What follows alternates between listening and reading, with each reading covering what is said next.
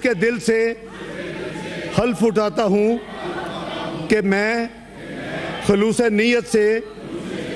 पाकिस्तान का हामी और वफादार रहूँगा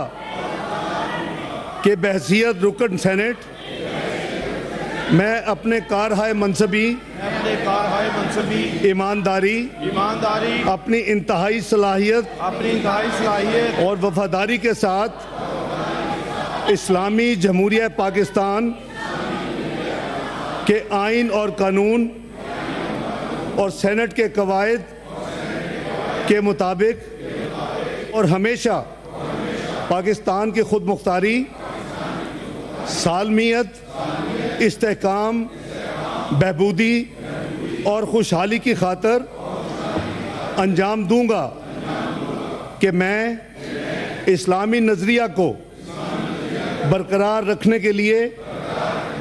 कोशा रहूँगा जो क़याम पाकिस्तान की बुनियाद है, और ये कि मैं इस्लामी जमहूरिया पाकिस्तान